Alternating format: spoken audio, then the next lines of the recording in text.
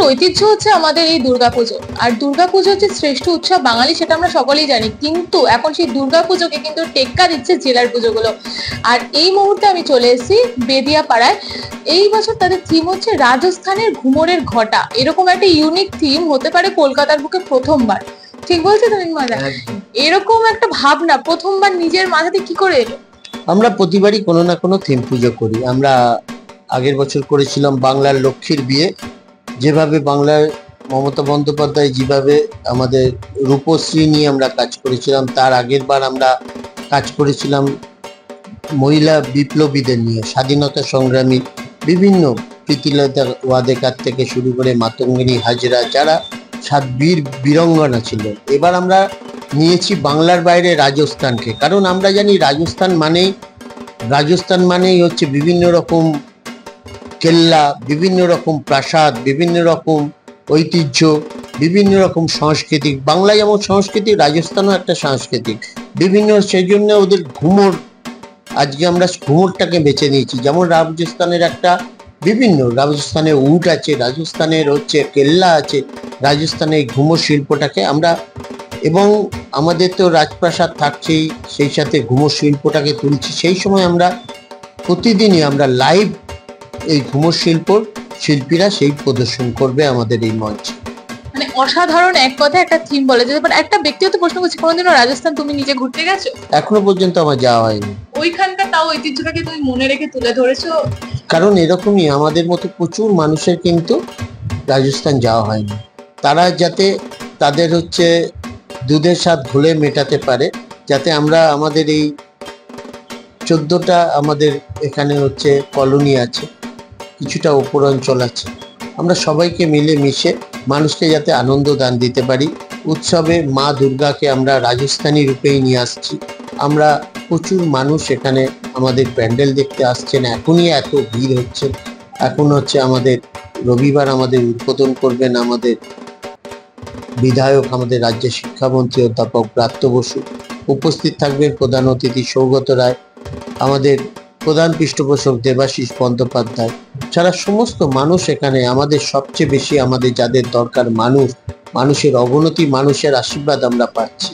সেটাই আমাদের আজকে এই পুজোর হচ্ছে এই 35 বছর যে আমাদের পদার্পণ করলো তারই ইউএসপি।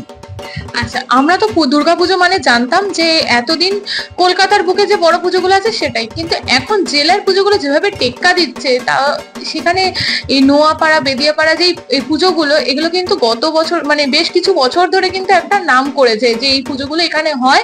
এখন মানুষের সেখানে উপচে পড়া ভিড়। কলকাতায় হতে পারে অত দূর অনেকে যেতে পারে না, তো তারাই লোকালে প্রচুর পরিমাণে ভিড়, যেটা আশা করা যায় না, কিন্তু এখন সেটা দেখা যাচ্ছে। কি বলবেন? এটা হচ্ছে মমতা বন্দ্যোপাধ্যায়ের পরিকল্পনার জন্য। মমতা বন্দ্যোপাধ্যায় বিভিন্ন জিনিসই দেখবেন, মমতা বন্দ্যোপাধ্যায়কে লক্ষ্য করবেন, তিনি আজকে রাইট হাউসে বসে বামপন্থের আমলে মিটিং হতো, তিনি কিন্তু জেলায় গিয়ে প্রশাসনিক মিটিং করেন। তেমন তিনি পুজোটাকেও সারা বাংলায় জুড়ে কোণে কোণে ছড়িয়ে দিয়েছেন, যাতে যেসব অঞ্চলে পিছিয়ে পড়া অঞ্চল সেখানেও যাতে ভালো করে পুজো হয়।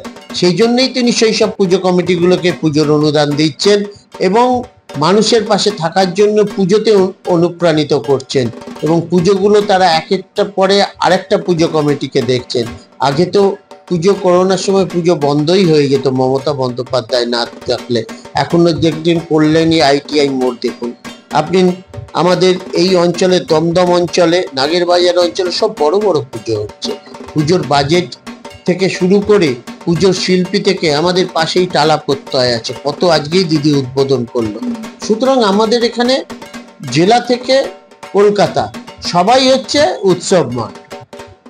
কিন্তু এই উৎসবের কথাটা যখন তুমি বললে, আমি একটা প্রশ্ন করি তোমাকে। এখন পশ্চিমবঙ্গের রাজ্য রাজনীতি একটা ঘটনায় তোলপাড় হয়ে গেছে আরজি কর ইস্যুতে, তো সেখানে কিছু শ্রেণীর মানুষ বলছে উৎসবে ফিরছি না। এই শব্দটাকে তুমি কিভাবে দেখছো? তারা কোনোদিন উৎসবে ছিল না, তারা বুক স্টলে ছিল, কোনোদিন উৎসবে ছিল না। আমরা জন্ম থেকে আমরা দুর্গাপুজোয় ছিলাম, আমরা কালী পুজোয় ছিলাম।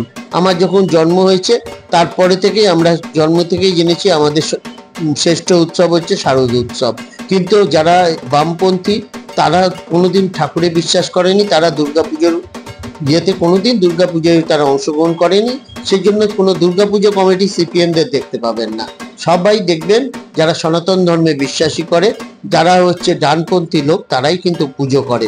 তারা হচ্ছে ওই বাইরে বুক স্টল বসে চায়ের আড্ডা বসায়, মানুষকে গালাগালি করে। এই তাদের হচ্ছে পুজো নিয়ে তাদের কোনো চিন্তা ভাবনা ছিলই না, ফিরছি না, তারা তো পুজোই কোনোদিন করেনি, তারা আবার ফেরার কোনো প্রশ্নই নেই। কিন্তু এই পুজোটা কিন্তু আমাদের রাজ্যের একটা ইউএসপি তৈরি করে, যেটা অনেক মানুষ আছে যারা করে খায়। তো এখানে যে মনে হচ্ছে যে এই বছর পুজোতে কোনো রকম তাদের উপর এফেক্ট করতে পারে। এটাই হচ্ছে তাদের একমাত্র কাজই হচ্ছে বাংলার অর্থনীতিকে ধ্বংস করা, গরিব মানুষের পেটে লাথি মারা। সেই জন্যই তারা বিশেষ বিশেষ দিনে, শনি রোববার, যাদের হকাররা বসে, যাদের হচ্ছে দুমুঠো দুটো সারা বছর, এই কম দিনের জন্য তারা 6 মাসের রোজগার তারা করে, সেটাকে বন্ধ করে দিতে চায়, গরিবের পেটে লাথি মারতে চায়। তারাই এই সময় আন্দোলনটা করে। এখানে হচ্ছে একটা আর্জিকর কাণ্ডে আমরা সবার আগে বিরোধিতা করেছি। মমতা বন্দ্যোপাধ্যায় পুলিশই একজনকেই অ্যারেস্ট করেছে, সে তাকে হচ্ছে, তারপরে সিবিআই কাউকে অ্যারেস্ট করতে পারেনি কোনো কেসে। আপনারা দেখবেন সিবিআই 6 থেকে 8 মাস পর কোনো তদন্ত ভার পায়, এই ক্ষেত্রে 4 দিন পর তদন্ত ভার নিয়েছে। কেন সিবিআই দ্বিতীয় ব্যক্তিকে গ্রেপ্তার করতে পারলো না? সিবিআই এখনো পর্যন্ত কোনো কেস, আস্তে আস্তে মানুষ সিবিআই এর ওপর তাদের আস্থা হারিয়ে যাচ্ছে, কারণ সিবিআই হচ্ছে কেন্দ্রীয় সরকার যা বলবে সেটাই তাই করবে, কারণ সিবিআই এর উপর এরপরে আর মানুষের আস্থা থাকবে না। আচ্ছা, এই যে রাজস্থানের ঘুমরের ঘটা, এখন তো বলতে গেলে প্রত্যেকটা পুজোয় একটা কেক্কা হয়, থিমে থিমে লড়াই, তো এটা কতটা মানুষকে টানবে বলে তুমি আশা করছো? আমরা কোনো প্রতিযোগিতার মধ্যে নেই, আমরা উৎসবে আছি, মানুষকে আনন্দ দেওয়ার মধ্যে আছি। কে কার সাথে টেক্কা দিল আমরা সেই প্রতিযোগিতায় নেই। আমরা হচ্ছে মানুষকে আনন্দ দিতে, মানুষকে সৃষ্টির খেলায় আমরা আছি। মানুষকে এমনভাবে সৃষ্টি আমরা পরিবেশন করব, মানুষ সেই প্যান্ডেল, মানুষ সেই প্রতিমা ভক্তি ভরে দেখবে, মানুষের ভিড় উপচে পড়বে, সেটাই আমাদের হচ্ছে আসল আনন্দ। সেটাই হচ্ছে বাচ্চাদের পুজো। পুজোটা হচ্ছে তাদের জন্যই করা, সারা নতুন জামা কাপড় পরে আসবেন, তারাই হচ্ছে পুজো মাতিয়ে দেবে। সুতরাং হচ্ছে সবাই মিলে একসাথে মা দুর্গাকে আহ্বান করব, তার যে একটাই কারণ, তারা হচ্ছে তিনি দুষ্টের দমন করবেন, সুষ্টের পালন করবেন। আচ্ছা, দর্শক বন্ধুদের জন্য কবে রাজস্থানের ঘুমরের ঘটা দাঁড় খুলে যাচ্ছে? আমাদের রবিবার আমাদের হচ্ছে উদ্বোধন করবেন আমাদের বিধায়ক, রাজ্য শিক্ষামন্ত্রী অধ্যাপক ব্রাত্য বসু, উপস্থিত থাকবেন প্রধান অতিথি সৌগত রায়। সুতরাং আমরা সবাইকে আহ্বান করব আমাদের এই পূজা মণ্ডপে এসে আমাদের দলে দলে যোগদান করবেন। আমাদের পুজোকে দেখে আপনাদের যদি আসেন, যেমন প্রতিবারই ভিড় হয়, এবার হয়তো ভিড়টা আরো বেশি হবে, কারণ হচ্ছে এবার আমাদের পুজোটা আরো আগের বারের চেয়ে বড় করে হচ্ছে। সবাই বলছে উৎসবে, আমরা আবার উৎসবে বেশি করে আমরা ঝাঁপিয়ে পড়েছি। সুতরাং এবার আমরা আশা করছি মানুষের মন আমরা জিতে নেব। দর্শক বন্ধুদেরকে সর্বশেষে কি বলবেন? দর্শকের বন্ধু বলবেন, কুৎসা অপপ্রচারের বিরুদ্ধে আপনারা সমস্ত মানুষ সারা রাত ধরে আপনারা ঠাকুর দেখুন, আইসক্রিম খান, ফুচকা খান, মানুষে মানুষে মেলবন্ধন করুন, হিংসা থেকে বিদ্বেষ থেকে দূরে থাকুন এবং মানুষেরকে অপপ্রচার থেকে মানুষকে বিরত রাখুন। মানুষকে সুন্দরভাবে মায়ের আরাধনা করতে দিন। মা 4টে দিন 5টা দিন আমাদের কাছে আসে, তার যাতে কোনো অসম্মান না হয় আমাদের এই ধরিত্রীতে। অসংখ্য ধন্যবাদ। তোমার নাম আর পরিচয়? আমার হচ্ছে, আমি মৃন্ময় দাস, আমি আমার নেম বুবলাই বলেই চেনে। আমি হচ্ছে 11 নম্বর ওয়ার্ডের পৌরপিতা এবং দক্ষিণ দমদম পৌরসভার পৌর পরিত্রাণ সদস্য।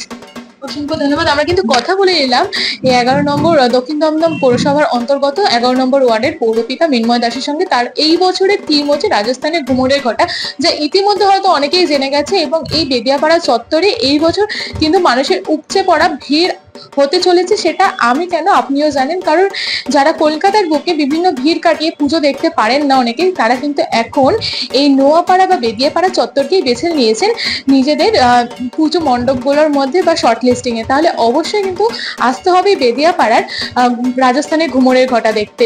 ক্যামেরায় বিরাজের সাথে মোনালিসা, রিপোর্ট নিউজ 24x7।